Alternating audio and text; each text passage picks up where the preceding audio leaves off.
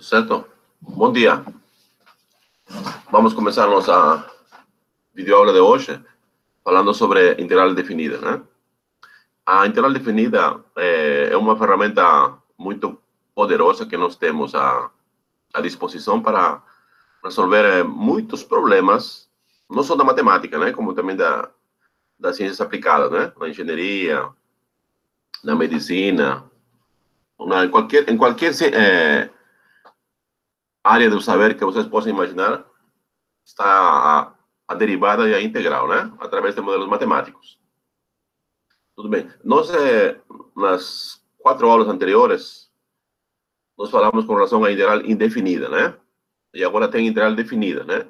Vocês vão perceber a diferença que existe entre as duas e a ligação também que existe entre as duas, né? Por que a gente estudou integral indefinida primeiro para estudar integral definida, né? Certo? Então, vamos a começar a definir tecnicamente o que se chama integral definida. Certo? Obviamente, aqui vão aparecer alguns temas,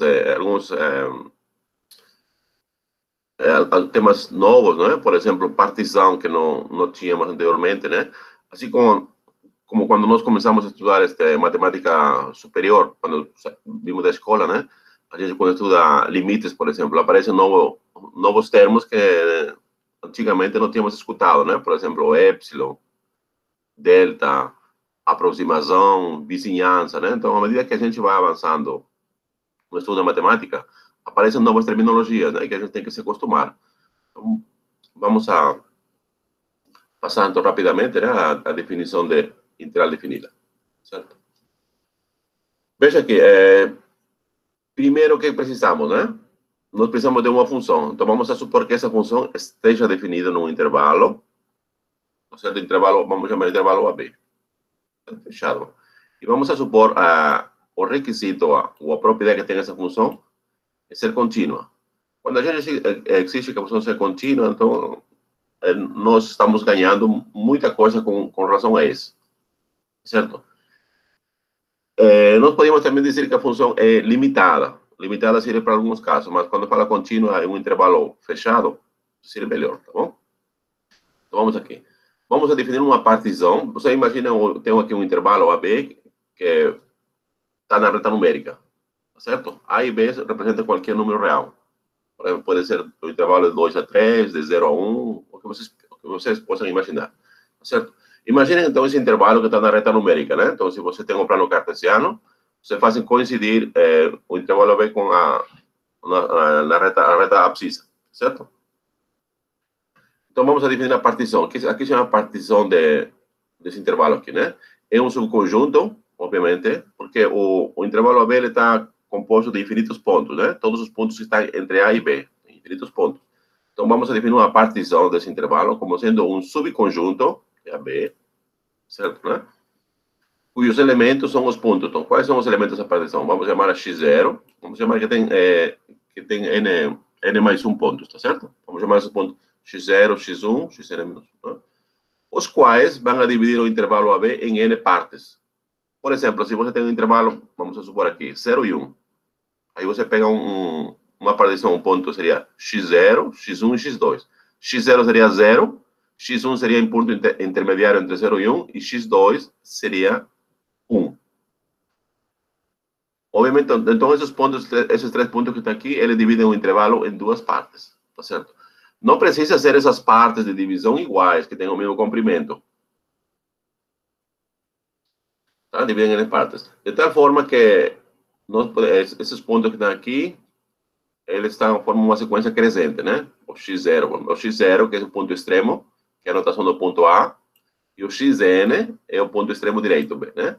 Então, o x1 é maior que x0, x2 maior que x1, e assim por diante. Tudo bem?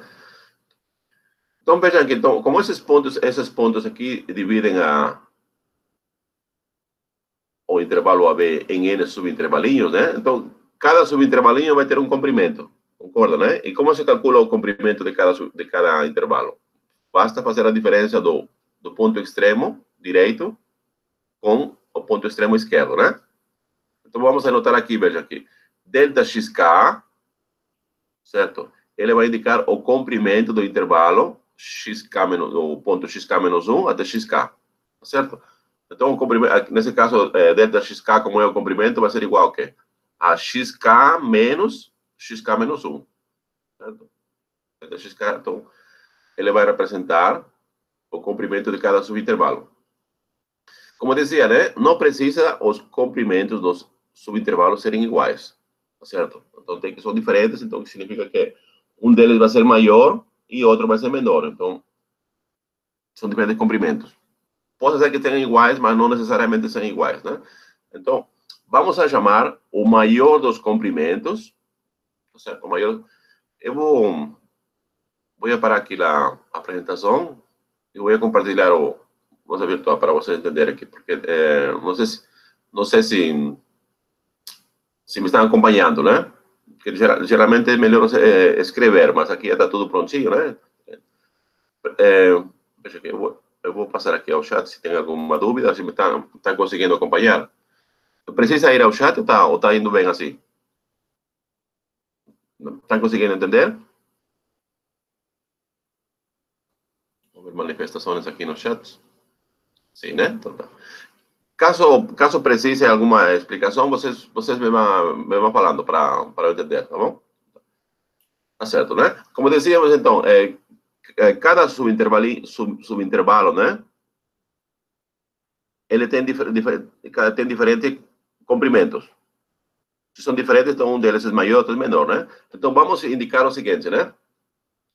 Vamos chamar o maior comprimento de intervalos de diâmetro dessa partição. Então, o maior comprimento vamos chamar de diâmetro e vamos a denotar com dn, certo? Então, dn que vai significar o máximo de todos os subintervalos, tá certo? De todos os intervalos. Essa aqui é a notação, né? O máximo de todos os subintervalos. Então, vamos lembrar que o dn é o diâmetro que vai representar o máximo dos comprimentos dos subintervalos. Tá, agora que vamos a fazer, já que temos agora n subintervalos, vamos escolher arbitrariamente pontos dentro de cada um intervalo, tá certo? Por exemplo, nós temos o primeiro intervalo, x0, x1, o segundo intervalo, x1, x2, o terceiro, x3, x4, o quarto, x4, x5, até chegar ao enésimo intervalo, que seria xn menos 1, xn. Tudo certo? Então, em cada subintervalo, vamos escolher um ponto arbitrário.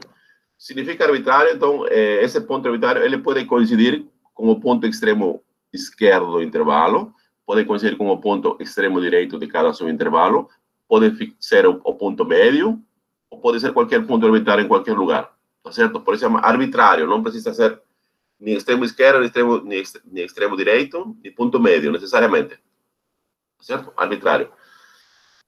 Uma vez feito isso, agora vamos a formar uma soma de produtos. De que forma, né? Vamos a multiplicar, então agora vamos a evaluar a função em cada um desses pontos, tá certo? Vamos a tomar o valor de f nesse ponto k, né? Isso aqui é a letra grega j sub k, tá certo? Vamos a evaluar aqui a função f nesse aqui e vamos multiplicar cada valor de f evaluado nesse ponto pelo seu respectivo comprimento. Por exemplo, né? Se estamos no primeiro subintervalo, então vamos escolher o quê? Um j1. E multiplicamos ao valor da função no ponto j1 vezes o comprimento do subintervalo onde se encontra o pontinho, que nesse caso está no primeiro subintervalo, né? Que seria delta x1. Vamos para o segundo subintervalo. Escolhemos um ponto, J2. Evaluamos a função desse ponto, f de J2 vezes o comprimento do segundo subintervalo, vezes delta de x2. E assim por diante, tá certo? Então vamos a formar uma soma, tá certo aqui? F de J1 vezes o comprimento do primeiro intervalo. F de J2 vezes o comprimento do segundo intervalo. E aqui, F de Jn vezes o comprimento do enésimo intervalo, aqui, tá certo? E não podemos escrever isso aqui de forma mais compacta, né? Usando o somatório. Veja como seria o somatório aqui, né? O somatório começa com o primeiro elemento, vai ser quando k igual a 1, até chegar a k igual a n, né? Então, assim tem aqui. Somatório de f de xk vezes xk menos 1. Como funciona isso? O primeiro elemento é quando k igual a 1. Então, você vai substituir aqui. Aqui vai ser f de x1 vezes x1 menos x0. Aqui. Seria esse primeiro termo que está aqui. Está vendo aqui? Agora, quando k igual a 2, aqui seria f de x2 vezes x2 menos x1. Estamos aqui, ó. Seria esse termo que está aqui. Tá certo? E assim por diante até chegar até o termo enésimo, que seria esse. Que seria essa expressão que está aqui. Certo? Então, essa aqui é muito importante escrever em forma compacta, né? Como somatório. Ele facilita bastante. Certo? Então, vamos a dar um nome aqui, essa suma. Está vendo aqui? Vamos, essa se chama SN, né? Vou chamar suma integral da função, ou enésima suma integral, né? Porque já tem N termos, né? Suma integral da função f. Certo? Vamos chamar então SN. Suma integral da função f com a partição dada que está aqui. Certo? Essa partição não é única. Você pode particionar cada intervalo da forma que você quer. Então, em princípio, existem infinitas partições. Tá certo? Dessa forma, né? Nós temos que, para cada n que pertence aos naturais, temos a soma integral. Tá certo? Na verdade, essa soma integral que a gente fez aqui, se você escolher uma partição, você vai ter uma determinada soma integral. Certo? Então, cada soma integral, em princípio, vai depender da partição que você escolha no intervalo, né? E também da escolha do ponto xk. Como eu falei, né? Você pode escolher o ponto xk, ponto extremo esquerdo de um subintervalo, ponto extremo direito do mesmo subintervalo, ponto médio ou qualquer ponto. Então, em princípio, ele vai depender da partição e como você vai escolher os pontos xk, né? Mas vejam aqui, até aqui seria uma soma finita. Agora, imaginem agora, né? Vamos a aumentar os pontos da partição. Quando a gente aumenta os pontos da partição, o que vai acontecer? Vamos aumentar também os subintervalos. Concorda, né? Então, se tem mais pontos, então vamos ter mais subintervalos. Tudo bem? É equivalente. Aumentar o número de pontos é a mesma coisa que aumentar o número de subintervalos. Tá certo? Então, se aumentarmos o número de pontos da divisão do intervalo AB, podemos ter a seguinte afirmação para funções contínuas, né? Nesse intervalo. Qual é a afirmação? Vamos a fazer. Se o número de subintervalos L do intervalo AB aumenta indefinidamente, a palavra indefinidamente, né? Aumenta muito grande, né? Consequentemente, o diâmetro da partição de N tende para zero. Obviamente, essa aqui tem lógica, né? Se você aumenta o número de subintervalos, o que vai acontecer? Obviamente vai acontecer, como tem muitos subintervalos, então o comprimento do maior subintervalo vai tender para zero. Tá certo? Então veja aqui, tem aqui uma equivalência. Quando aumentar o número de intervalos significa que você vai aumentar o número de pontos. Aumentar o número de pontos significa que o n vai crescendo, né? Infinitamente. Se o n cresce, tende para infinito. Significa que o dn, que é o diâmetro, vamos a voltar aqui, que representa aqui, esse diâmetro aqui, mais uma página, esse diâmetro que está aqui, ele vai tender para zero. Então, o máximo dos comprimentos dos subintervalinhos tende para zero, certo? Quando n aumenta para infinito. Então, decimos então, que aqui a sequência de sumas integrais, veja aqui, então, aqui tem uma palavra que aparece sequência de sumas integrais. Por que sequência, né? Porque você vai dizer que agora independe de qual partição que você tenha. Porque você está aumentando demais, né? O número de pontos.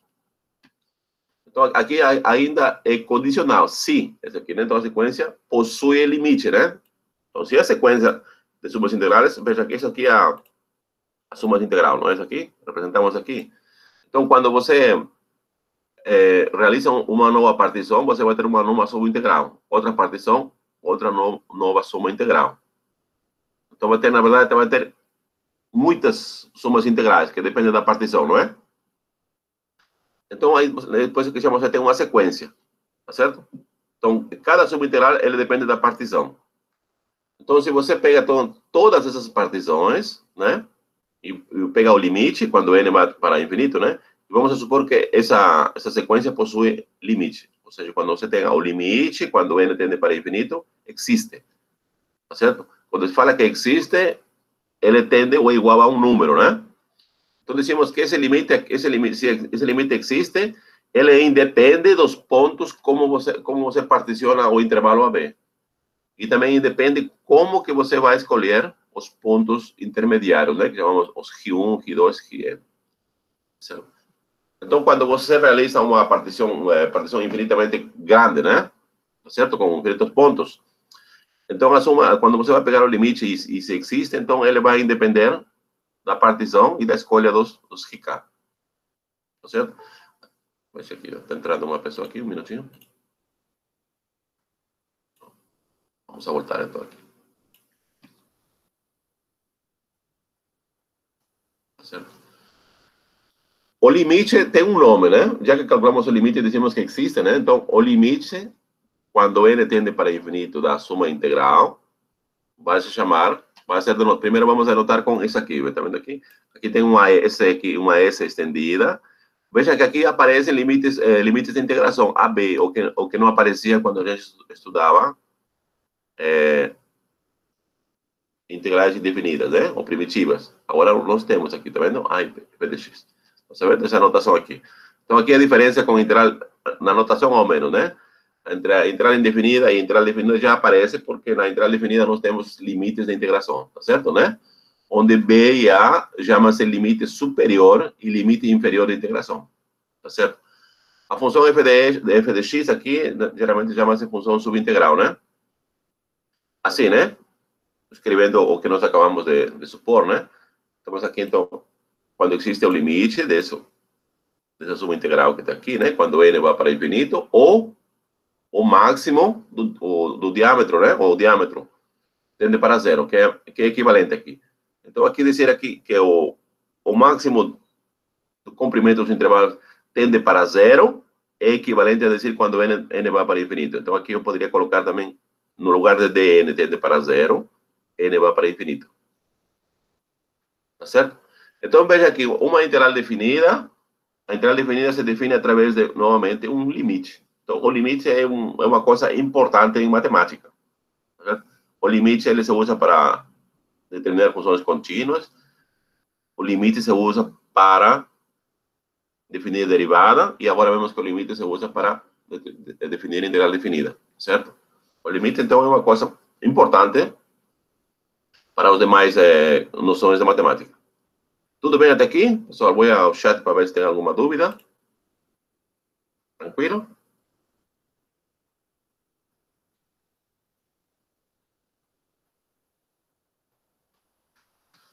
Tudo certo, Jorge. Até agora sim, tá? Tranquilo.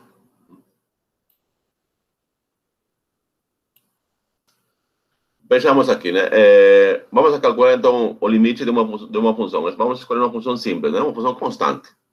Aqui se chama função constante, né? Função constante é aquela função que é igual a um determinado número para todo x do domínio da função. Por exemplo, estou definindo a função f no intervalo AB como sendo uma constante. Ou seja, aqui, independe de qual valor x vai tomar, que a função vai ser a mesma. Tá certo? Ou seja, é uma constante. Pode ser qualquer número, né? Positivo, negativo ou zero. Tá certo? Então, vamos a calcular a integral da função constante definida no intervalo AB. Tá certo? Vejamos, né? Primeira coisa que vamos fazer, vamos a determinar uma partição, né? Então, vamos a definir o intervalo AB em n subintervalos. O x0 vai ser o extremo do intervalo. Depois temos aqui o x1, x2, x3, até chegar a xn. Xn é igual a b, tá certo?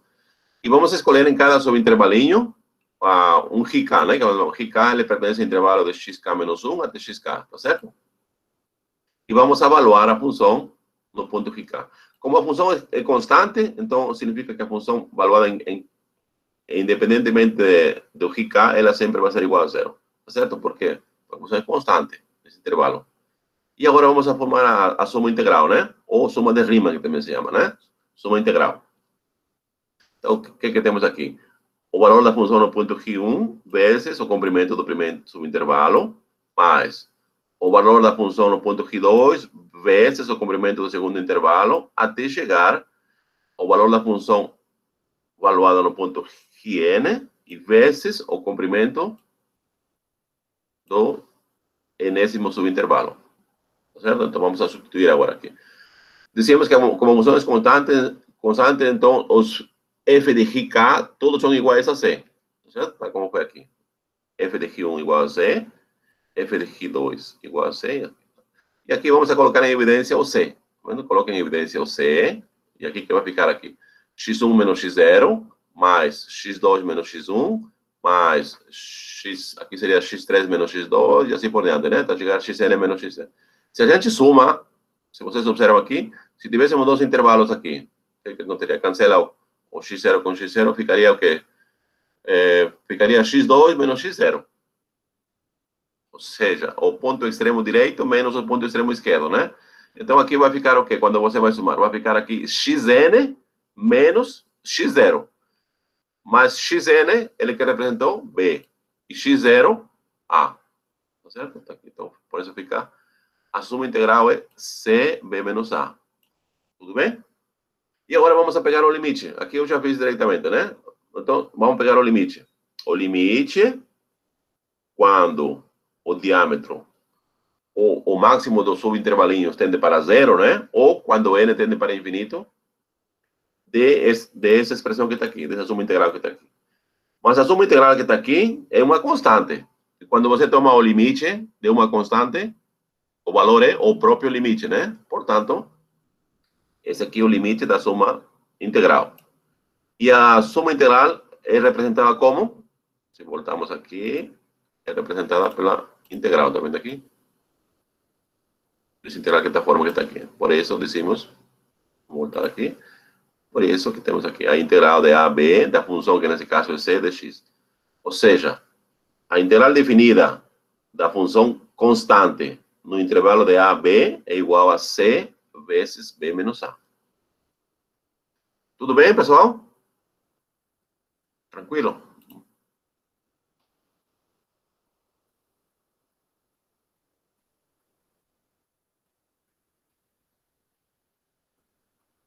Sim, vamos lá, então. Continuar, né?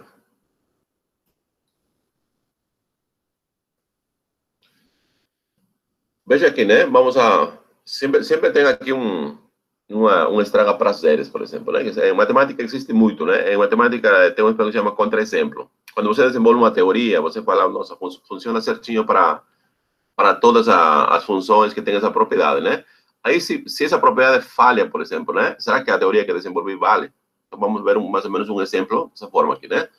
Observe, né? Que para definir a integral definida, né? Que acabamos de introduzir, exigimos que a função seja contínua. Tá certo, né? Alguém pode perguntar, e se não é contínua, por exemplo? Será que a integral vai existir? Em alguns casos existe, tem outros exemplos que não é. Vamos ver por quê, né? Vamos supor que ela não seja contínua. Se ela não é contínua, né?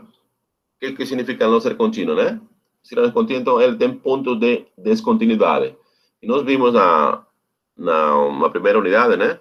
Existem dois pontos de descontinuidade, de primeira espécie e de segunda espécie. Da primeira espécie é quais aqui chamamos de primeiro tipo, né?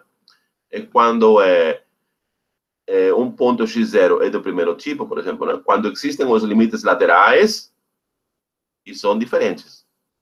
E quando é do segundo tipo, é quando não pertence ao primeiro tipo, né? Ou seja, não existem os limites laterais, né? E a função mesma não está definida nesse ponto, por exemplo. Tudo bem? Então, vamos supor que não seja contínua. No lugar de ser contínua, vamos a supor que seja limitada. Certo? Então, vamos esquecer agora da palavra contínua e vamos a supor que seja limitada. O que significa a função ser limitada, né? A função é limitada num intervalo AB, que significa que para qualquer valor do argumento ou da variável independente x no intervalo AB, o valor da função, ela é, como a expressão mesma diz, é limitada, né? Ela não é maior que um certo valor, nem é menor que um certo valor. Ela, então, a imagem dela está entre dois números, tá certo? Um exemplo de uma função limitada, por exemplo, é a função trigonométrica cosseno de x e seno de x. Independentemente de qualquer valor de x, a função não é maior que 1, nem é menor que menos 1. Então, é um exemplo da função limitada. Certo? Então, vamos a mostrar que essa condição delimitada da função, na definição da integral definida, é necessária, né? Mas não é suficiente para ela se integrar. Por que não é suficiente? Vamos a conhecer uma função aqui, veja. Essa função aqui se chama função de Dirichlet, um grande matemático alemão, né? Vamos a definir a função de Dirichlet no intervalo AB. Lembrando que AB é qualquer intervalo real, tá certo? A e B são números reais. Então, vamos ver, a função f de x é igual a 1 quando x é número racional. E é 0 quando x é número irracional. Tá certo? Então, por exemplo, se você tem intervalo 0, 1, por exemplo. Vamos supor, a igual a 0, b igual a 1. Então, quando x, por exemplo, é igual a 1 meio. Se x é igual a 1 meio, então a função vale 1. Tá certo? Por quê? Porque 1 meio é um número racional. O que você pode escrever, por exemplo? Agora, escolhe aqui, x igual a raiz de 3 dividido por 2. Raiz de 3 é um número irracional. Dividido por 2 continua sendo irracional. Então, nesse valor, quando você calcula f de raiz quadrada de x3 sobre 2, é igual a 0. Tá certo? Então, para todos os números racionais, a função vale 1. E para todos os números irracionais, a função vale 0. Tá certo? Os números racionais e irracionais são conjuntos disjuntos. Ou seja, o que significa isso? Significa que ele não tem, a interseção deles é vazio, né? Portanto, o conjunto R é igual à união disjunta dos conjuntos racionais com os conjuntos irracionais. Tá certo? Em matemática superior, mostra-se que, apesar que os dois conjuntos são infinitos, no entanto, o conjunto dos irracionais é maior. Vamos colocar esse maior entre aspas. Tá certo?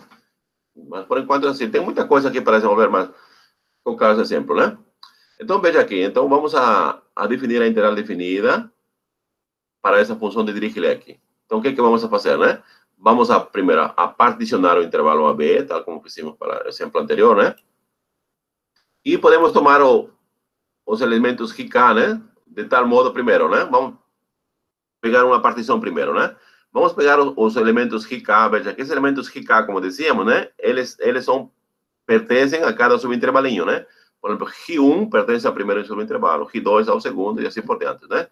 Então, vamos a pegar, primeiramente, vamos a pegar esses RK de tal forma que sejam racionais. Ou seja, se são racionais, então, significa que o valor da função nesses números vai ser igual a 1, por definição, né? Que a função f, em qualquer número racional, é igual a 1. Tudo certo? Então, se é igual a 1, o que significa, então? Que significa que a soma integral vai ser igual a b menos a. Você concorda que esse n vai ser b menos a? Eu vou precisar de explicação aqui. Vamos para o chat aqui.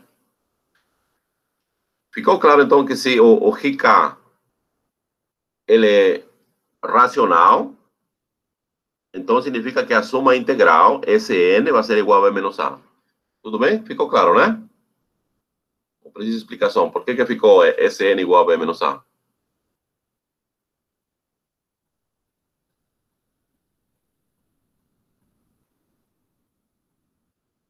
Ok, vamos lá. Então, vamos continuar aqui.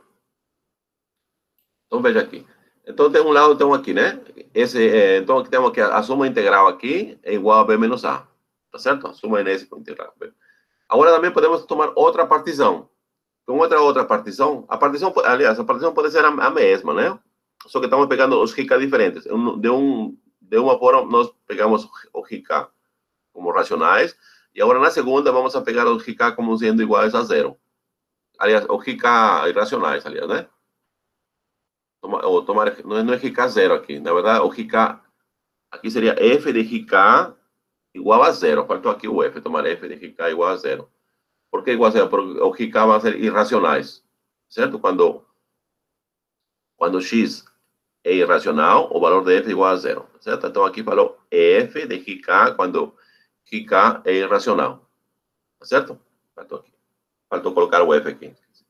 E nesse caso aqui, como todos os f de RK são iguais a 0, significa então que a soma integral vai ser igual a 0, certo? se lembramos, a suma integral era igual a quê? Era o somatório dos produtos do f de RK vezes o comprimento do intervalo onde se encontrava RK. Né? Como o f de RK são iguais a zero, então significa que a soma integral é igual a zero. Dessa forma aqui, né? Se você pega o limite do primeiro, pega o limite dessa soma integral primeiro que está aqui, quando você escolheu os RK racionais, o limite vai ser igual a quanto? A b menos a. E agora, quando você pegou os RK irracionais, o limite vai ser igual a zero. Tá certo? Quando nós calculamos o limite tem que ser único, não tem que ser único, independentemente de como você calcula, o limite é único. E aqui não temos limite único. Então, por isso decimos, então, se não existe limite único, então não existe integral. Então, por isso decimos que a função de Dirichlet, ela não é integrável em nenhum intervalo real, né? AB.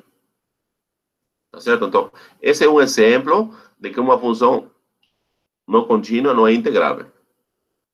Então, não basta dizer que a função é limitada para existir uma integral. Tá bom? Bom, aqui temos também outra coisa que devemos levar em consideração, né? Se a função f não for limitada em AB, será que ela é integrável? Por exemplo, uma função que não seja limitada, será que é integrável, né? A lógica vai falar que não, então vamos a verificar isso matematicamente, né? Veja aqui. Vamos a supor que ela não for limitada, digamos em um ponto. Basta um ponto. Qual seria, por exemplo, a função? Vamos supor a função f de x igual a 1 sobre x, por exemplo. A função não é limitada quando x é igual a zero. Tá certo? No ponto zero. Porque quando os limites laterais, quando x tende para zero, a função vai para infinito, e quando x tende para zero pela esquerda, a função tende para menos infinito, né? Então, essa função, por exemplo, não é... Se você vai integrar, por exemplo, a função num intervalo que contenha o zero, aí você vai ter um problema. Tá certo? Então, essa função não é integral. Vamos provar aqui, né? Aqui nós fazemos a partição do intervalo, né? Que está aqui, e vamos escolher o RK. Aqui realizamos a soma integral, como já sabemos, certo? E veja que como aí aqui vamos a escrever separado. Aqui, aliás, escrevemos aqui separado aqui. Veja aqui. Vamos a supor que nesse ponto RK a função não é limitada. Nos demais pontos é limitada. Tá vendo aqui? Aqui não tem problema. O problema é aqui, em fica. F de RK, né? Então, veja aqui, se você pegar o módulo que está aqui, o módulo desse aqui está aqui, vai ser igual a quê? A SDN, pegando o módulo, né? Ele vai ser o módulo desse que está, a expressão que está aqui. Se você pegar o módulo aqui do lado esquerdo, vai ser igual ao módulo do lado direito, né? O módulo desse que está aqui. No entanto, aqui esse módulo do lado direito, você pode escrever como sendo aqui maior que os módulos com a diferença. Isso aqui é uma propriedade dos números reais, tá certo?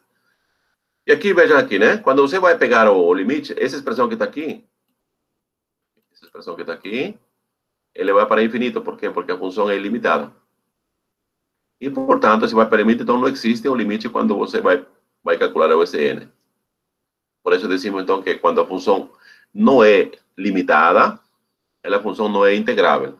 Então, não existe a integral de uma função que não é limitada. Tá certo? Então, já vamos levar em consideração também isso. Agora, como nós estamos falando de limite, né? Então, vamos a introduzir a noção de integral definida em termos de epsilon e delta. Veja que essa terminologia apareceu quando a gente estudou limite de funções, né? Então, vamos a introduzir, na verdade, formalizar mais, né? Colocar em linguagem matemática. A função f definida é limitada. Aqui eu escrevi limitada, mas aqui, para não ter problema, seria contínua, né? Porque existem alguns casos que a função é ilimitada e não existe a integral. Então, seria bom colocar melhor contínuo, né? A função definida no intervalo AB diz-se que é integrável. Nesse integrável, se existe um número I, tal que para todo epsilon maior que zero, existe o delta, que depende de epsilon, né? Tal que para qualquer partição que você possa imaginar, né? Com diâmetro de n menor que o delta, e para qualquer escolha dos RK, vale a desigualdade que está aqui.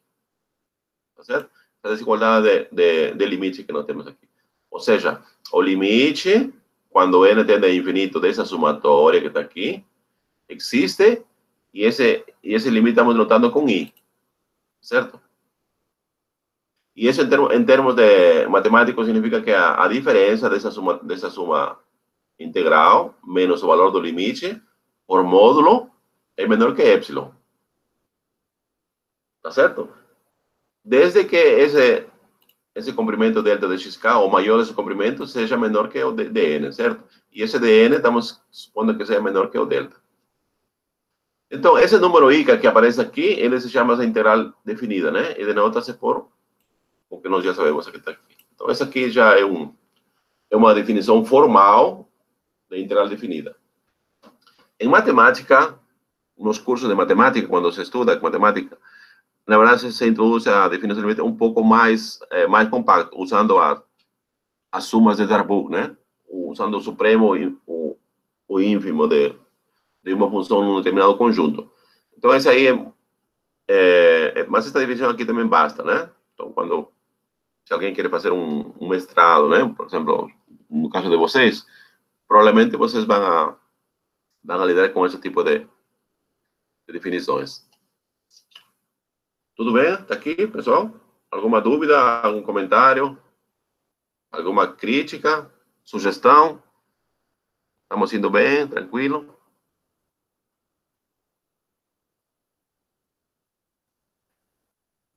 Tudo bem.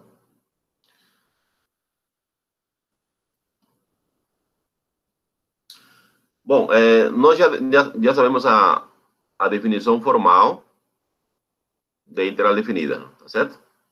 E já supostamente sabemos calcular. Mas veja que calcular integral definida, segundo a definição, não é uma coisa muito fácil, né?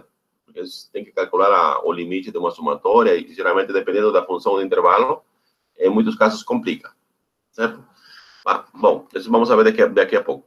Agora vamos dar a interpretação formal a interpretação geométrica da integral. Veja que nós conhecemos derivada, nós introduzimos a definição formal da derivada, aí após demos a interpretação geométrica da derivada. Assim como demos lá a interpretação geométrica da derivada, vamos agora para a interpretação geométrica da integral, certo?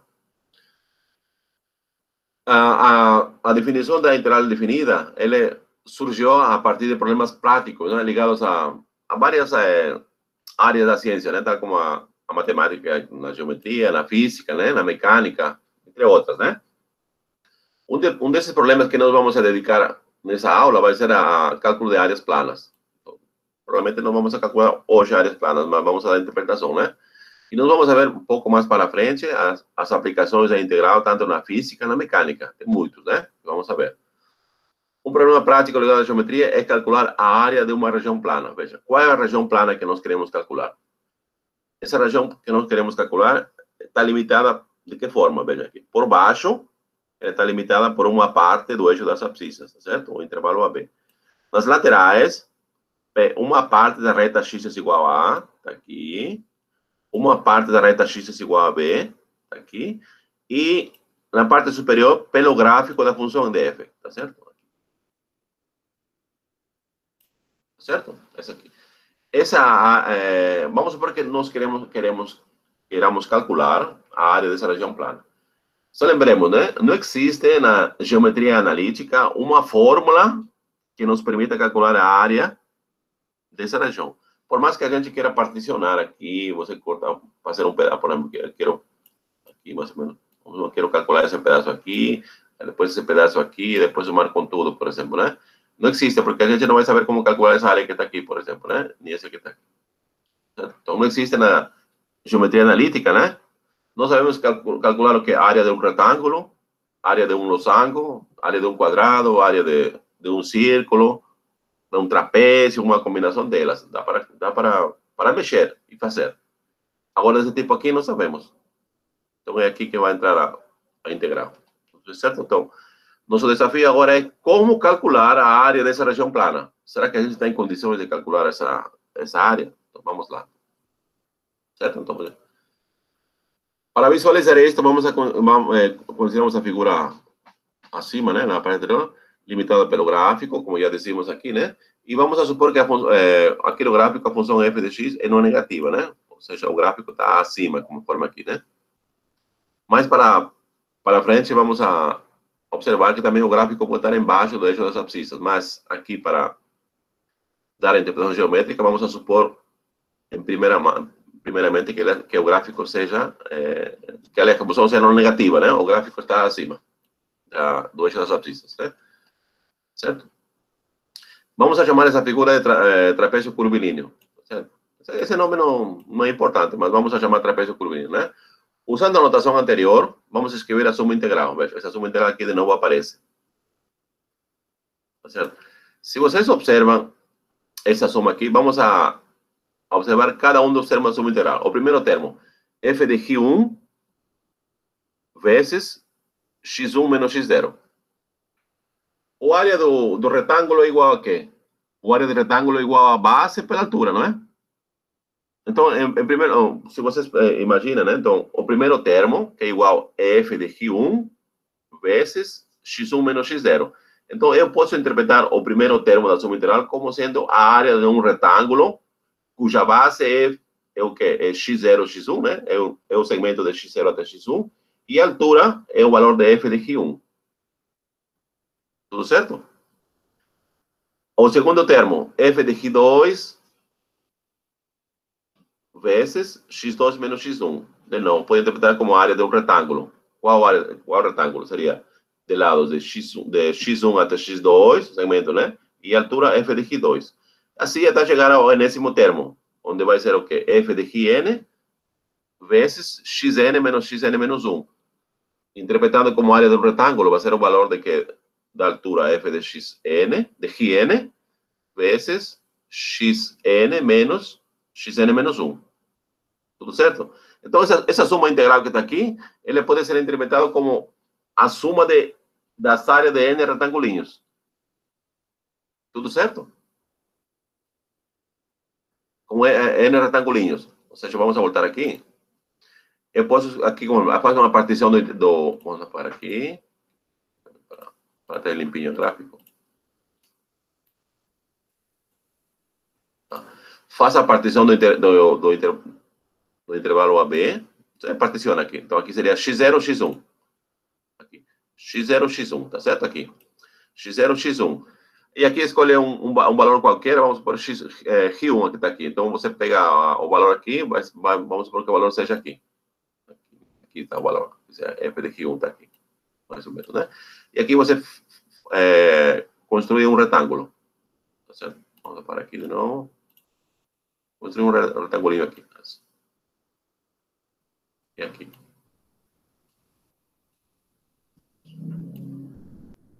Certo? Um retangulinho que está aqui. E aí faz agora no intervalo de x1 até x2, faz contra outro retângulo, assim vai, né? Esses retangulinhos aqui, eles vão estar embaixo da região e também acima. Vai ter parte que vai estar embaixo, parte que vai estar acima. Certo? Conforme indica a seguinte figura aqui, que vamos mostrar aqui, por exemplo, né? Veja aqui, né? Aqui você temos, por exemplo, o retângulo que vamos notar com aqui o primeiro, né? Ele tem o que? A base x0 até x1 e a altura, vamos chamar de A, né? O A que é igual a f de x1. O segundo, né? x1, x2, daqui. Veja que parte do retângulo, alguns estão fora, tá certo? Tem alguns que estão fora, ou tem outros que estão todos dentro, né? Como esse caso aqui, esse retângulo, por exemplo. Todo está dentro da região plana. Tudo certo? Então, veja aqui, aí alguém pode dizer, então, a soma de todas as áreas desses retângulos vai ser um aproximado, vai aproximar a área da região plana que queremos calcular. Tudo certo isso aqui? Essa aproximação? Vamos aqui ao chat, se tem alguma dúvida. Então, decimos, então, as áreas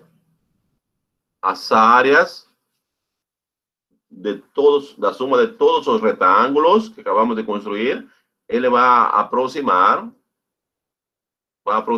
a área da região plana que queremos calcular. Obviamente não vai fazer uma aproximação exata, não é? Por quê? Porque, como vimos aqui, existem partes do primeiro retângulo, por exemplo, né? Veja que tem uma partezinha aqui. Vamos a voltar aqui. No primeiro retângulo. Existe uma partezinha aqui, por exemplo. que está fora da região. No segundo, também existe uma partezinha aqui que está fora, né? Deixa eu colocar a bateria aqui rapidinho. E assim, aqui no terceiro existe aqui uma partezinha, né? Assim vai, né? Então, e aqui, esse retângulo aqui, ele está inteiramente contido aqui. Então, existe, por exemplo, uma partezinha que está fora do retângulo. E assim por diante, né? Então, vejam assim. Então, a soma das áreas do retângulo aproxima a área da região plana. Aproxima, obviamente, né? Como decimos, aproxima. Aproxima. Agora, para ter uma ideia exata, o que vamos ver? Para ter uma aproximação o mais certa possível, alguém pode me sugerir uma dica, mais ou menos, né? O que acontece? Se a gente aumenta o número de retângulos, então a possibilidade de aproximação é melhor. Agora, se esses retângulos aumentam indefinidamente, né? Então, e se existe o limite, né? Então, nós vamos a ter o seguinte. É claro que se aumentamos o número de subintervalos do intervalo AB, vamos a diminuir o diâmetro da partição. Obviamente, se você vai aumentar o número de intervalo da partição, então significa que o comprimento de cada intervalo vai ficando cada vez menor. Certo, né? Então, a soma será uma boa aproximação da área do trapézio. Então, decimos que a área do trapézio curvilíneo, quando aumentamos, né? Ou seja, quando você pega o limite, quando n tende para infinito, ou o diâmetro, que representa o máximo do comprimento do intervalo, tende para zero, da suma integral de Riemann, né? Essa suma integral que está aqui, se existe, obviamente se vai representar a integral definida. Ou seja, nós aqui deduzimos a interpretação geométrica da integral definida. Ou seja, a integral definida de uma função com limite superior B e limite inferior de integração A, ele representa a área dessa região que nós queremos encontrar. Então, para encontrar a área dessa região que está aqui, basta calcular a integral definida da função f desde o intervalo A até B. Tudo bem, pessoal? Tranquilo? Vamos aqui lá. Veja aqui, né? Já que em posse da interpretação geométrica da integral definida, né? Vamos analisar agora um problema concreto que surgiu na Grécia antiga, né? Que estava querendo resolver o Arquímedes, né? Muito antes, obviamente, muito antes da invenção do cálculo integral, certo? Arquímedes é do século II, alguém é do século II, 3, né? Século 3, antes de Cristo, né? Esse trapézio curvilíneo em questão, né, que a Arquímedes tentava calcular a área, né?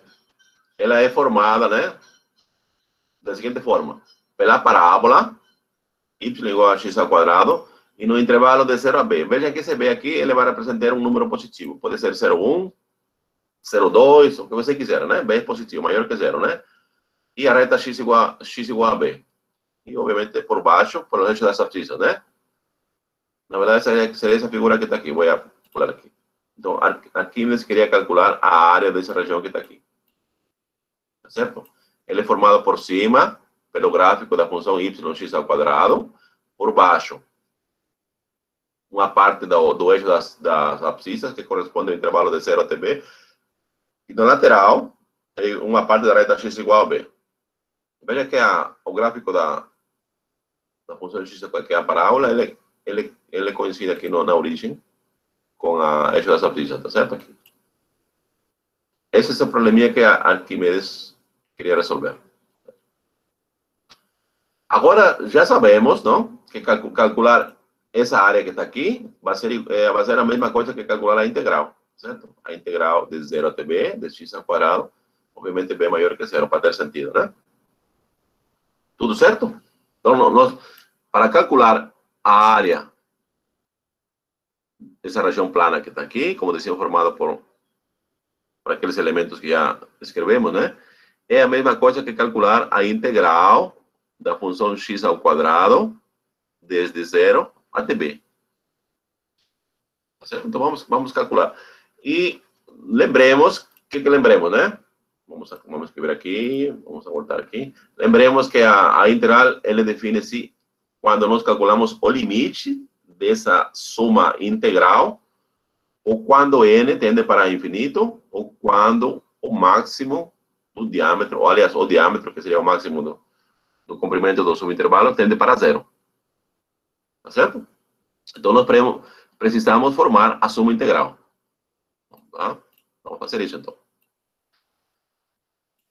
Então, aqui, de novo, fala que não existe uma fórmula, né? Então, vamos a fazer o seguinte, então. Vamos a particionar o intervalo 0b. Tá certo? 0b, em n partes iguais. Como falamos, nada impede que os comprimentos dos intervalos sejam iguais. Podem ser desiguais ou iguais. Porque, no final de contas, quando você vai tomar o limite, ele vai tender para infinito, né? Então, o máximo dos comprimentos, entendeu? Vai tender para zero. Então, não faz diferença nenhuma. Então, por comodidade, vamos a supor que os intervalos sejam em partes iguais, tá certo? Onde cada subintervalo, dessa forma que está aqui, né? Por exemplo, o primeiro subintervalo vai ser igual de k igual a 1, x0 até x1, o segundo, x2 até x1, assim vai, ou x1, x2, ali. E assim por diante, né?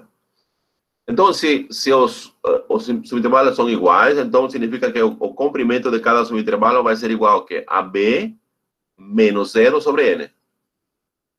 Tá certo?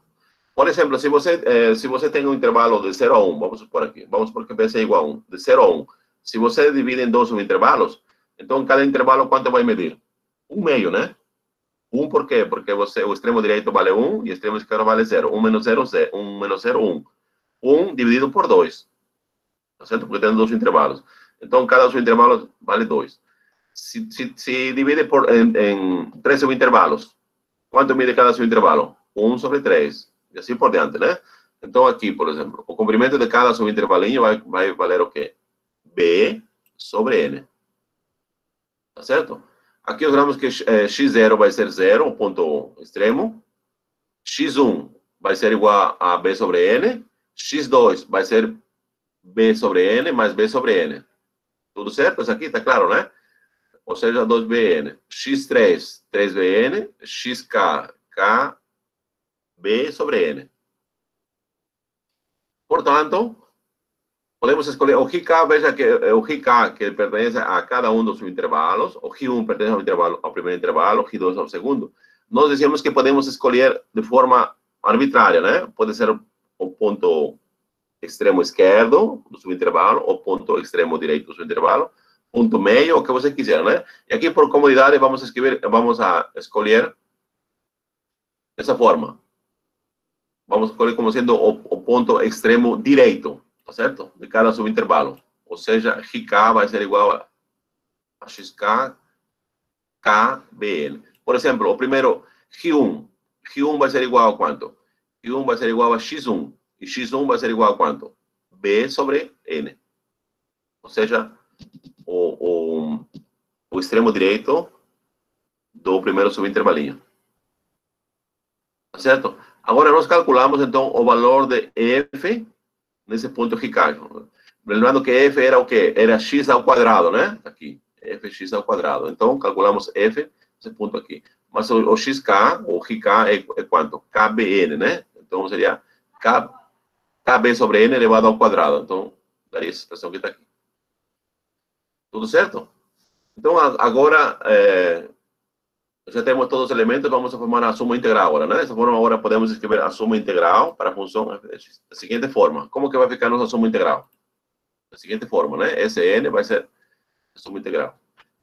Somatório, f de RK, acabamos de escrever, vai ser esse camaradinha que está aqui. E o comprimento de cada subintervalinho vai ser b sobre n. Tá certo? Tudo bom? Aqui na somatória, veja que vai de k até n. Então, o que não é k e n, aliás, o que não é k, a gente vai escrever fora da somatória. Podemos colocar fora. que seria aqui? Um b, por exemplo. B ao quadrado vezes b, b ao cubo. E aqui embaixo, n ao quadrado vezes n ao cubo. Então, colocando tudo que não é k fora da somatória, então temos isso aqui. B ao cubo sobre n ao cubo é somatória de k ao quadrado. Aqui agora desenvolvendo, né? É somatória de k ao quadrado. O que significa? Significa a suma dos quadrados dos primeiros n termos. 1 ao quadrado, mais 2 ao quadrado, mais 3 ao quadrado, mais n ao quadrado. Vamos a supor que a gente já conheça a fórmula que nos permite calcular a suma dos quadrados dos primeiros n termos. A suma aqui é fácil lembrar, aqui é dada dessa forma que está aqui. Também não é muito difícil de deduzir, né? Então, a suma desses quadrados que está aqui, dos primeiros n quadrados aqui, é dada por essa fórmula que está aqui. Então, agora vamos a substituir aqui, então, né? Então, dessa forma temos aqui, então, que o Sn é igual a que b ao cubo sobre n ao cubo, e aqui temos a suma dos quadrados, que nós já calculamos ou já vimos na folha anterior, essa aqui, né? Substituindo, temos essa expressão que está aqui. Tá certo? E aqui, o que vamos fazer aqui? Vamos a reorganizar aqui, né? Esses 6 aqui, vou escrever aqui, e o n ao cubo. Vou trocar de lugar aqui. Mas antes de colocar n ao cubo, veja que eu cancelei um n aqui. Aqui tem n ao cubo. Cancelei com n, depois fica n quadrado aqui. E aqui, o que eu vou fazer aqui? N ao quadrado eu dividi escrevido por n vezes n. Então, um n vai dividir esse intervalo aqui, e outro n vai dividir aqui.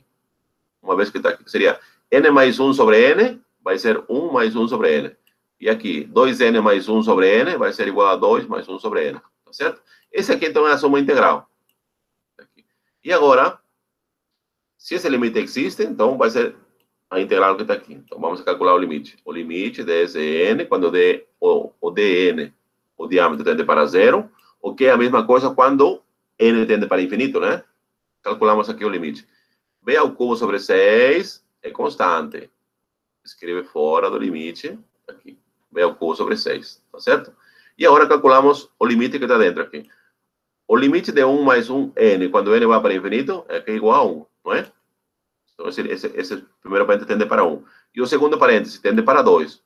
Então, o limite vai ser igual a 2. 2 vezes b ao cubo sobre 6. Simplificando por 2, vai ficar b ao cubo sobre 3. Ou seja, a integral, a área da região que Arquimedes estava tentando resolver 3 séculos antes de Cristo, né?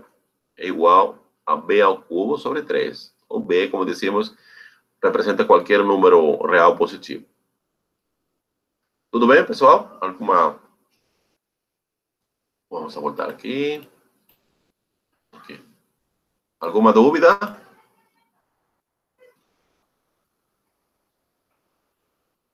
Tudo tranquilo? Eu postei já esse PDF, né, no Siga, se você puder acompanhar. Eu para entender, tá tranquilo, né?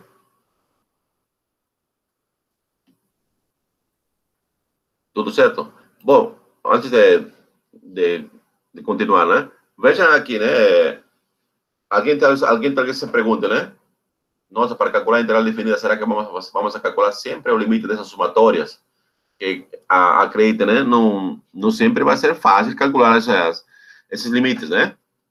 Por exemplo, se você quer calcular aqui se a função no lugar de x fosse raiz quadrada de x, aí seria um negócio mais complicado, né? Se fosse raiz cúbica de x ou a outra função irracional, seria muito, muito, muito complicado, né? Então, nós aqui trabalhamos calculamos aqui a integral definida, seguindo a definição do limite, não é? Só calculamos o limite, e o valor do limite seria o valor da integral definida, que representa a área da região plana. Mas isso aqui, como eu falei, é muito complicado para você querer sempre calcular assim. Então, vamos ver um pouquinho mais para frente. Esse teorema, esse resultado é conhecido como teorema fundamental do cálculo. Certo? O nome já fundamental ele já é bem imponente, né? Fundamental do cálculo. Então, ele nos vai dar uma ligação entre a integral definida e a integral indefinida. O que vai representar muita coisa em questão de cálculo.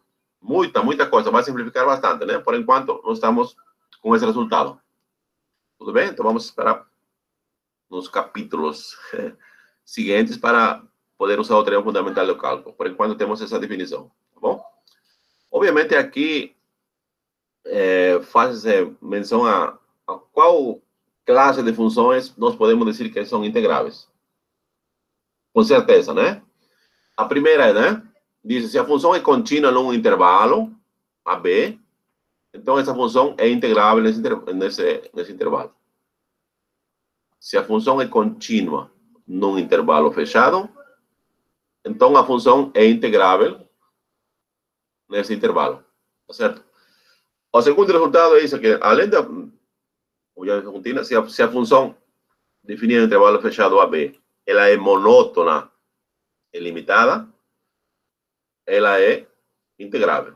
Aqui se chama monótona. Nós definimos monótona nas aulas anteriores, né? Monótona é um tipo de função para definir se a função é crescente ou decrescente. Tá certo? Então, todos esses tipos, se é crescente, também se chama monótona. Monótona crescente. Se é decrescente, monótona decrescente. Tá certo? Então, se a função é monótona e limitada, então ela é integrável. Então, nós conhecemos duas classes de funções que com certeza são integráveis. As funções contínuas e as funções monótonas e limitadas. Existe um resultado em matemática que vamos enunciar aqui, né? Diz aqui. Nós vimos que não toda função limitada é integrável. Você lembra daqui do exemplo da função de Dirichlet? Tá certo? Mas qual tipo de funções limitadas são integráveis? São integráveis aquelas funções limitadas que têm um número finito de pontos de descontinuidade. Então, as funções limitadas são integráveis desde que elas possuem um número finito de pontos de descontinuidade. Que não era o caso da função de Dirichlet, porque ela possui infinitos pontos de descontinuidade, por isso que ela não é integrável. Mas se ela possui infinitos pontos de descontinuidade, então ela é integrável. Tudo bem? Esse aqui é um resultado forte da matemática, né? Mas é bom saber. Obviamente, aqui, para calcular integrais, é importante conhecer as propriedades. É sempre quando chego a essa parte, eu falo que tem o trabalho de pedreiro e tem o trabalho de arquiteto ou engenheiro, né? Geralmente, o arquiteto ele não usa as mãos. Ele usa, o lápis, a calculadora, ou seja, faz um trabalho limpo, né? Igual que o engenheiro. Agora, o pedreiro não. O pedreiro, ele coloca a mão na massa e vai fazendo. Então, quando você conhece as propriedades de alguma função, de algum operador, ele facilita muito os cálculos, por exemplo, de integrais. Você vai chegar ao mesmo resultado após um árduo trabalho, uma técnica de integração, ao mesmo resultado que quando você conhece uma propriedade, por exemplo. Então, o conhecimento das propriedades de certas operações é muito importante, né? Porque ele permite justificar e simplificar o cálculo de integrais, nesse caso de integrais. Certo? Então, veja aqui, vamos a elencar algumas delas, elencar todas, ou algumas delas, e vamos a formar também algumas delas. Certo? A primeira propriedade, veja aqui, nós temos aqui o intervalo AC, tá certo? E B é um ponto intermediário entre A e C. Então, o que significa? Se a gente quer integrar de A até C, a função f, certo? Essa aqui é a mesma coisa que a integral de A até B, mais a integral de B a C da função f. Tudo certo? Então, integrar a função no intervalo AC é a mesma coisa que integrar a função de A até B, mais a integral de B a C. A segunda propriedade, né? Se temos a integral de uma função vezes uma constante, a constante podemos escrever fora da integral, tá? Como foi o caso aqui. A justificativa para isso é fácil, né? Porque a integral ela vem da definição de um limite, né? E no limite a constante podemos colocar fora do limite, né? Então a mesma coisa aqui. Então, a constante, a terceira propriedade aqui, né? Vejam aqui, propriedade linear aqui. se a função f de x é igual a uma combinação dessas duas funções, f de x mais h de x. Então, quando eu vou integrar a função f de x no intervalo AB, é a mesma coisa que integrar a suma das integrales de g e de h de x. Certo? Ou seja, a integral de f é igual à integral de g de x mais h de x. E aqui temos a propriedade linear, né? Integral de g de x mais a integral de h de x. Tá bom? A quarta propriedade, né? Vejam que a integração, ela independe da variável que você vai denotar, por aqui, né? Essa integral aqui está, integral de AB da função f de x, integrando com relação a x. E aqui tem a integral de AB da função f de y, integral com relação a y. E aqui a integral de a B, de f de z, integração com relação a c. Então, significa que a integral, ela independe da variável de integração. Certo? Se por acaso alguém pode dizer, não, vamos supor que minha função seja f de x e aqui tem a variável de integração seja y, por exemplo. O que significa isso? Significa que você está integrando com relação à variável y, se essa aqui for y, né? Pois, se no lugar de x fosse y. O que acontece aqui? Aqui está integrando com relação a y e a função é f de x. Então, significa que f de x é constante, porque não depende de y. Então, você pode tirar o f fora da integral. Aí ficaria que f de x, integral de a até b de y. Só que se fosse diferente, né?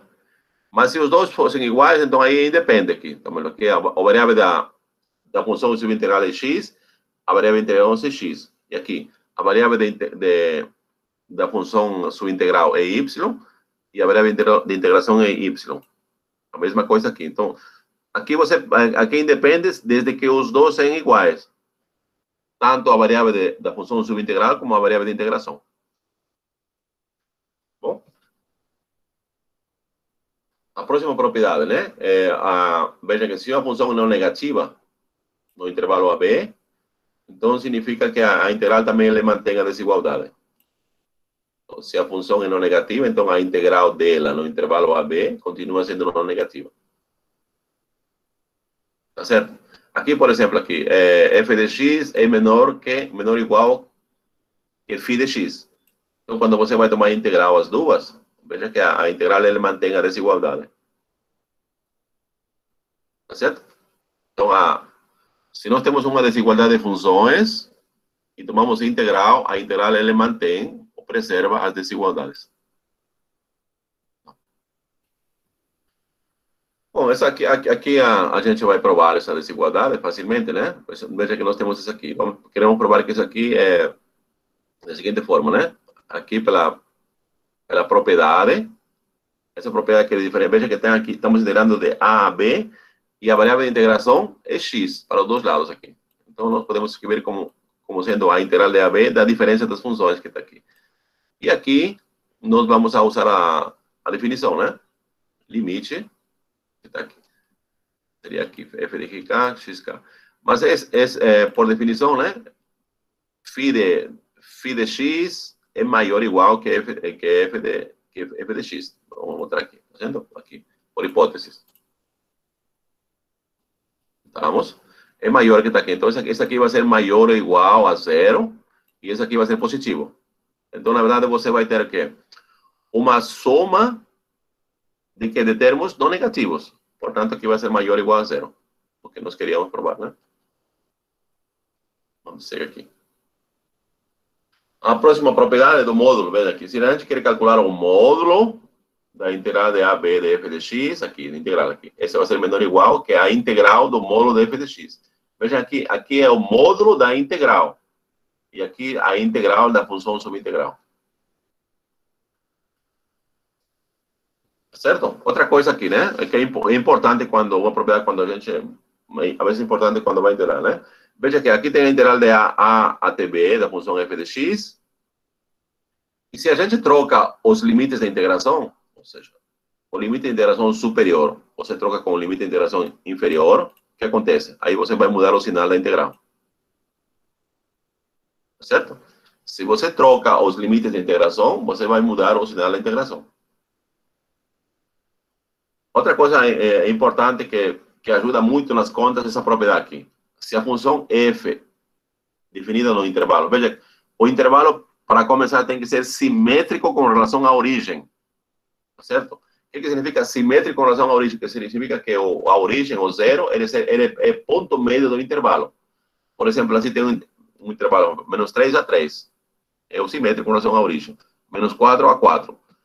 No entanto, se você pega menos 4 e 5, por exemplo, ele já não é simétrico. Então, essa propriedade não vale. Então, a propriedade vale só se o intervalo é simétrico com relação à origem. Tá certo? Então, se tem um intervalo simétrico e a função é par, o que significa par? Significa que se você troca o sinal da variável independente, o valor da função não muda, né? Então, veja aqui, outra propriedade importante.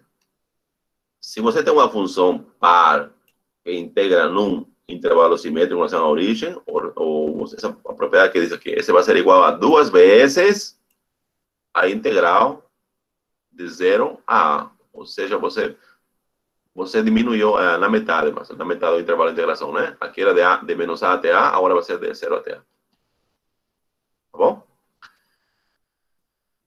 E aqui tem a prova desse fato aqui, tá? Faz mudança de variáveis. Então, eu vou pular, porque estamos tempo em cima, né? Mas aí vocês vão ver aqui. Então, o importante é guardar esse fato aqui, né? Se a função é par, e você integra num intervalo simétrico com a origem, então nós temos esse resultado aqui. Bom, aqui só fazer mudança de variáveis que dá certo. Aqui, de novo, né? Se a função f é definida num intervalo simétrico, e ela é ímpar, né? O que significa ímpar? Quando você, f de x igual a menos f de menos x. Se você muda o sinal da variável independente, vai mudar o valor da função. Troca também de sinal.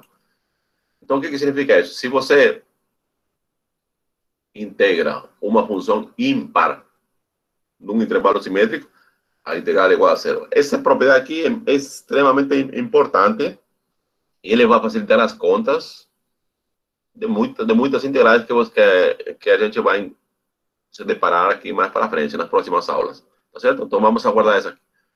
Se a função é ímpar num intervalo simétrico com relação à origem, então a integral nesse intervalo dessa função é igual a zero. Tá certo? Aqui de novo a prova. Tá certo? Aqui como vai? Aqui divide em dois intervalos, menos a vai ser igual a menos a até zero e de zero até a. Aí faz mudança de variáveis e provamos esse resultado que está aqui. Tá certo? O importante então é guardar o resultado. Perfeito, né? Vejamos aqui uma aplicação direta dessa propriedade. Mostre que a integral da função logaritmo neperiano, logaritmo de base 3, do que? De x ao cubo mais 1 mais x6, quando integra do intervalo de menos 24 de 24, é igual a zero. Veja que o intervalo de integração é simétrico com relação à origem. Então, para dizer que a integral chegou a zero, obviamente, essa integral, para ser sincero, é muito complicado fazer, se não conhecêssemos essa propriedade, né? Então, aqui, se a gente consegue provar que essa função logaritmo em base 3 de x ao cubo mais raiz quadrada 1 mais x6 é ímpar, aí já está pronto, provadinho já. Porque aí aplicaríamos essa propriedade que está aqui. Vou voltar. A integral de uma função ímpar num intervalo simétrico com a origem é igual a zero. Certo?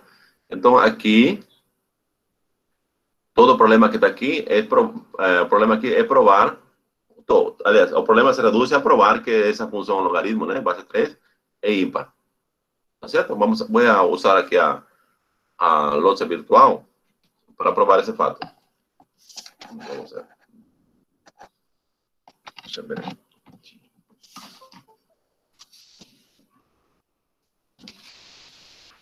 Deixa eu ver aqui. Então, vamos a descompartilhar aqui um pouquinho e vamos a usar a lousa virtual.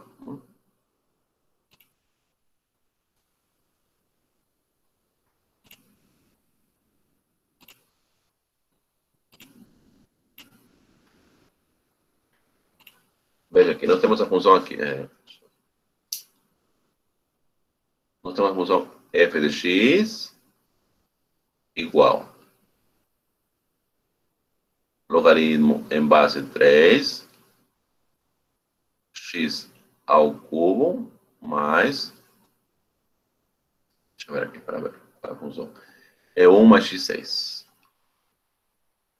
1 mais x6. Certo? E aqui nós temos que o x pertence ao intervalo de menos 24 até 24, né? Então, nós precisamos provar que essa função é ímpar. Então, a primeira coisa que vamos fazer, vamos calcular assim, f de menos x. Para provar que essa função é ímpar, que temos que provar? Que f de x, aqui, esse f de x que está aqui, ele tem que ser igual a menos f de menos x, não é? Então, vamos lá, provar. Então, veja que estamos trocando de sinal a variável de x, né? Então, vai ficar aqui, log, base 3, aqui vai ficar menos x ao cubo, mais raiz quadrada de 1 mais menos x a sexta.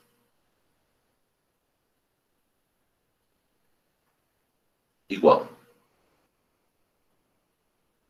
Logaritmo de 3, vamos ver.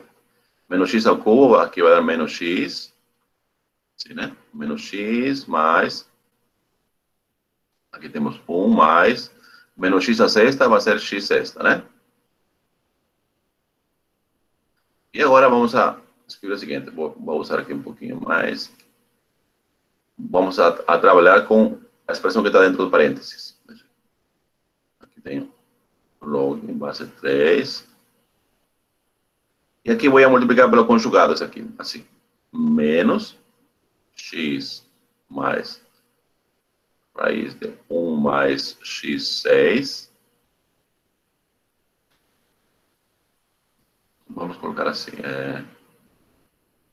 Vou fazer assim. Aqui, assim. Parênteses pequeno. E aqui, parênteses pequeno.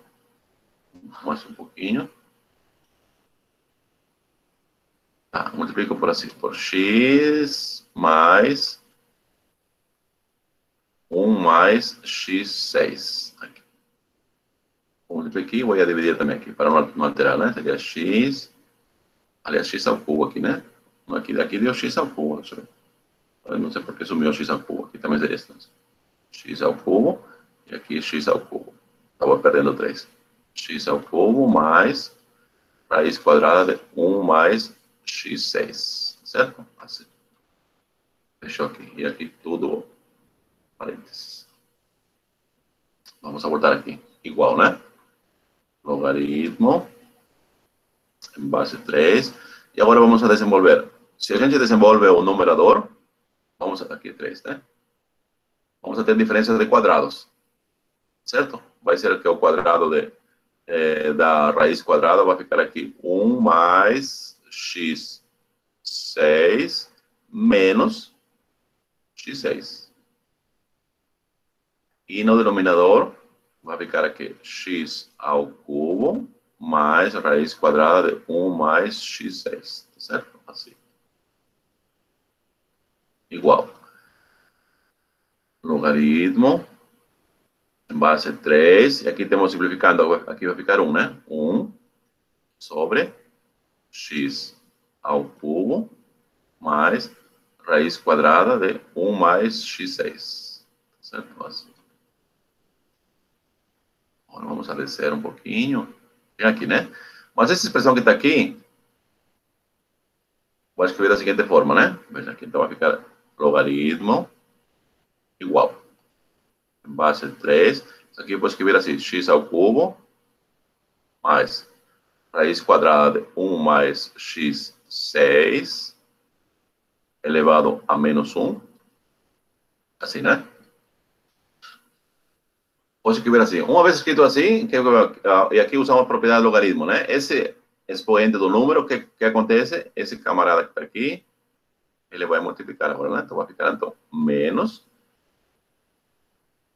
logaritmo em base 3 do que x ao cubo mais raiz quadrada de 1 mais x6. Fechou? Ou seja, eu tenho aqui menos, mais logaritmo em base 3 de x ao cubo, mas não é igual no f de x. Ou seja, nós provamos o quê? O que provamos aqui? Provamos que... Subir um pouquinho. Aqui, subimos um pouquinho. Provamos o quê? Que f de menos x, veja aqui a concatenação de todas as igualdades, né? F de menos x é igual a menos f de x. Ou seja, a função f é ímpar. Se a função f é ímpar, né? O que significa então aqui? Vamos aqui botar aqui. Se a função f é ímpar, então significa que a integral da função f no intervalo de menos 24 a 24 seria aqui, né? Logaritmo base 3 de x ao cubo mais raiz quadrada 1 mais x6 é igual a zero. Tá certo? Então, o problema de calcular a integral, nesse caso, ele se baseou só, ou se reduz a calcular, a provar que a função é ímpar. Tudo bem? Vamos parar aqui a gravação por aqui.